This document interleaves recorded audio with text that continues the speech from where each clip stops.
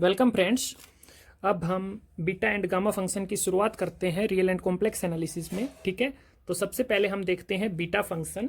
ठीक है, beta function हम सबसे पहले देखते हैं। तो बीटा फंक्शन हमारे पास क्या होता है? द फर्स्ट यूरेलियन इंटीग्रल क्या है? एक्स की power m minus one minus x की पावर n माइनस वन को हम इंटीग्रेट कर देंगे 0 से लेकर 1 तक विद रेस्पेक्ट टू x। ठीक है, क्या है हमारे पास? x की power m minus one minus x की पावर n माइनस वन, इसको हमने 0 से लेकर 1 तक x के रेस्पेक्ट में इंटीग्रेट कर दिया, तो ये हमारे पास आ गया बीटा फंक्शन। तो ये हमें याद होना चाहिए। ठीक है, और इसको हम डिनोट कैसे करते हैं? बीटा एम एन से। ठीक है, इसको हम बीटा एम एन से डिनोट करते हैं। ठीक है, बीटा एम एन से हम इसको डिनोट करते हैं। तो अब हम इसके कुछ एग्जाम्पल देखते हैं जिससे आप समझ पाएंगे।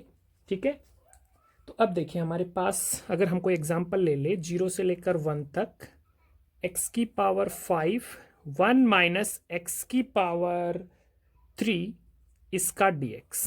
ठीक है, तो अब आप यहां पे देखिए x की पावर m माइनस वन और 1 माइनस एक्स की पावर n माइनस वन इस फॉर्म में हमारे पास होना चाहिए, तो हम उसको बोलते हैं बीटा एम एन। ठीक है ना, तो मतलब जितनी भी x की पावर है उसमें -1 होना चाहिए, और ऐसे ही जितनी भी 1 माइनस एक्स की पावर है उसमें भी हमारे पास -1 होना चाहिए। ठीक है ना, तो हम इसको ऐसे लिख सकते हैं क्या?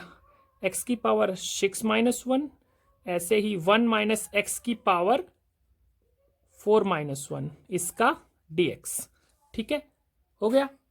तो हमारे पास ये आ गया x की पावर m माइनस वन और 1 माइनस एक्स की पावर n माइनस वन इस फॉर्म में आ गया।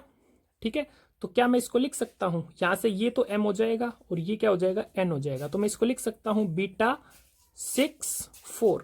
तो आपने एक चीज देखी यहां से कि जितनी भी हमारे पास क्वेश्चन में, मतलब इस इंटीग्रेशन में हमारे पास जितनी भी पावर x की अगर उसमें हम एक जोड़ दे तो m की वैल्यू आ जाएगी, और ऐसे ही 1 माइनस एक्स की पावर जितनी भी है उसमें एक जोड़ दे तो हमारे पास n की वैल्यू आ जाएगी।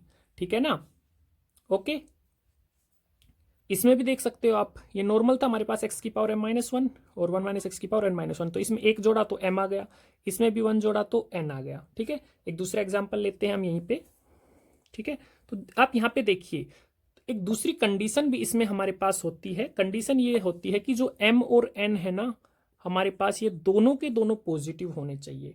हम इस तरह से नहीं ले सकते कि मान लो हमारे पास मिल गया x की पावर -3 और 1 माइनस एक्स की पावर 2 0 से लेकर 1 तक इसका dx, तो इसको हम बीटा फंक्शन के फॉर्म में डिफाइंड नहीं कर पाएंगे, बीटा एम एन के फॉर्म में डिफाइन नहीं कर पाएंगे, क्योंकि अभी अभी मैंने आपको बताया जितनी भी पावर है उसमें एक जोड़ेंगे, तो अगर x की पावर -3 है, -3 में एक जोड़ेंगे तो -2 आएगा, और -2 जो है वो पॉजिटिव नहीं है। तो ये भी हमें ध्यान रखना है कि m और n जो है वो क्या होने चाहिए? पॉजिटिव होने चाहिए, तभी हम उसको बीटा फंक्शन के फॉर्म में डिफाइन कर पाएंगे। ठीक है, और इसमें हम नॉर्मल भी ले सकते हैं, जैसे कि x की पावर मान लो मैं यहाँ पे 1/3 ले लूँ। ठीक है ना, x की पावर 1/3 ले लूँ। ठीक है, तो इसको हम क्या लिख पाएंगे? 1/3 में 1 जोड़ लो, 4/3 हो जाएगा ये। ठीक है, तो इस तरह से आप क्वेश्चंस को मतलब समझ पाएंगे। ठीक है ना, अब आगे देखिए, अब प्रॉपर्टीज देखते हैं बीटा फंक्शंस की। ठीक है, बीटा फंक्शंस की कुछ प्रॉपर्टीज देखते हैं। और फ्रेंड्स मैं लगातार वीडियोस प्रोवाइड करवाऊंगा इस चैप्टर के और बाकी चैप्टर्स के भी, तो आप चैनल को सब्सक्राइब कीजिए, और ठीक है जो भी कन्फ्यूजन्स वगैरह आए कमेंट करके हमें बताइए। ठीक है, तो अब आप यहाँ पे देखिए प्रॉपर्टीज ऑफ बीटा फंक्शन। तो सबसे पहले है कि symmetry of beta function. Beta function क्या होते हैं? सिमेट्रिक होते हैं। सिमेट्रिक का मतलब कि बीटा एम एन जो है वो बीटा एन एम के भी इक्वल होगा। ठीक है, बीटा एम एन जो है वो बीटा एन एम के भी इक्वल होगा।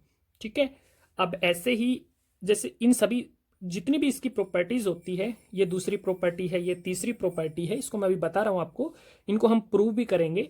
ठीक है, ओके। तो अब जो दूसरी प्रॉपर्टी है वो क्या है, पहले तो इसी को बता देता हूं। मान लो हमारे पास कहीं ऐसे है बीटा 3 2 आ गया, तो हम इसको बीटा 2 3 भी लिख सकते हैं। ठीक है, तो अब दूसरी प्रॉपर्टी क्या है? बीटा एम एन है, बीटा एम एन है, उसको हम कैसे डिफाइन कर सकते हैं? 0 से लेकर इन्फिनिटी तक x की power m minus one divided by 1 plus x की पावर m प्लस वन का dx, ऐसे ही हम इसको ऐसे भी लिख सकते हैं x की power n-1 upon 1 plus x की पावर m प्लस n, 0 से लेकर इन्फिनिटी तक। कंडीशन क्या होगी, m और n दोनों पॉजिटिव होनी चाहिए। ये दूसरी प्रॉपर्टी हो गई, ठीक है। तीसरी प्रॉपर्टी क्या है, बीटा mn जो है इसको हम लिख सकते हैं m-1 का फैक्टोरियल इंटू n-1 का factorial divided by m plus n-1 का फैक्टोरियल, ठीक है। तो अब हम पहली प्रॉपर्टी जो है उसको प्रूव करते हैं, ठीक है। तो जो फर्स्ट प्रॉपर्टी है हमारे पास वो क्या है, फर्स्ट प्रॉपर्टी है हमारे पास बीटा एम एन किसके इक्वल होगा, बीटा एन एम के, ठीक है। तो हम सबसे पहले एलएचएस को लेके चलते हैं प्रूफ में, ठीक है। तो अब आप देखिए हमारे पास क्या है, पहली कंडीशन मैंने बताई थी बीटा फंक्शन में एम और एन जो भी होंगे वो पॉजिटिव होंगे, ठीक है ना। तो फर्स्ट कंडीशन पॉजिटिव होने चाहिए, तो हम यहाँ पे क्या लेंगे, for all M N greater than 0, M हो चाहे एन हो दोनों को हम पॉजिटिव लेंगे, ठीक है ना। तो एम और N greater than 0, sorry greater than equal to लिख दिया था, ग्रेटर देन 0, ठीक है। तो हमारे पास क्या आ जाएगा यहाँ से, अब आप यहाँ पे देखिए बीटा एम एन जो है वो क्या होता है, बीटा एम एन मैंने आपको शुरू में ही बताया, ये आपको याद होना चाहिए क्या होता है, 0 से लेकर 1 तक x की पावर m-1 और 1 माइनस एक्स की पावर n-1 का dx हो गया। अब आप प्रॉपर्टी का यूज करेंगे, कौन सी प्रॉपर्टी का यूज करेंगे वो मैं लिखता हूं, using the property 0 to a तक हमारे पास कोई भी फंक्शन है, ये हमें डेफिनेट इंटीग्रल की प्रॉपर्टी का यूज करेंगे, आपने 12th में पढ़ा हुआ है। 0 से लेकर a तक हम किसी फंक्शन को डिफरेंशिएट कर देते हैं, सॉरी इंटीग्रेट कर देते हैं x के रेस्पेक्ट में, तो ये क्या होता है 0 टू a तक लिमिट रहेगी, लेकिन ये हो क्या जाएगा f a minus x, x की जगह पे हम a माइनस एक्स पुट कर देंगे, ठीक है। और ये जो हमारे पास बीटा एम एन था इसको हम फर्स्ट इक्वेशन मान लेते हैं, ठीक है। तो अब देखिए ये जो प्रॉपर्टी है इसको हम फर्स्ट में पुट करेंगे तो हमारे पास क्या आ जाएगा, प्रॉपर्टी क्या है कि 0 से लेकर a तक हमारे पास कोई भी फंक्शन है fx, ठीक है। तो उसमें वो किसके इक्वल होता है, x की जगह पे अगर हम a माइनस एक्स पुट कर दे, अगर लिमिट 0 से लेकर a तक है, 0 से लेकर किसी पर्टिकुलर नंबर तक है, तो हम क्या कर देते हैं a माइनस एक्स, ठीक है। तो ऐसे ही हमारे पास जो लिमिट है बीटा फंक्शन में वो 0 से लेकर 1 तक है, तो हम x की जगह पे क्या पुट कर सकते हैं, जो भी फंक्शन है x की जगह पे मीन्स m और n की जगह पे हम क्या पुट कर पाएंगे अलग अलग, सॉरी जो x है उसकी जगह पे क्या पुट कर पाएंगे 1 माइनस एक्स, ठीक है। तो फर्स्ट इक्वेशन में हम पुट करेंगे तो हमारे पास यहां से बीटा एम एन कितना आ जाएगा, बीटा एम एन किसके इक्वल आ जाएगा, लिमिट हमारी सेम रहेगी 0 से 1 तक। अब जो x है, x की पावर कितनी है 1 माइनस 1, सॉरी m-1 है, x की पावर कितनी है m-1, ठीक है ना। तो x की जगह पे हम क्या पुट करेंगे 1 माइनस एक्स, तो लिमिट कितनी हो जाएगी 1 माइनस एक्स की पावर m-1, ऐसे ही 1 minus as it is, x की जगह पे क्या पुट करेंगे 1 माइनस एक्स, एक्स की जगह पे 1 माइनस एक्स पुट करेंगे और पावर सेम रहेगी n-1 इसका dx, ठीक है।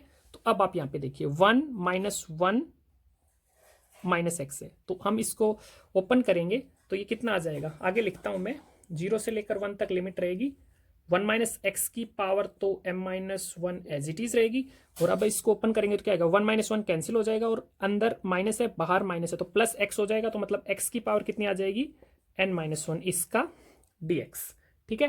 ये हमारे पास आ गया, तो हम इसको आगे क्या कर सकते हैं,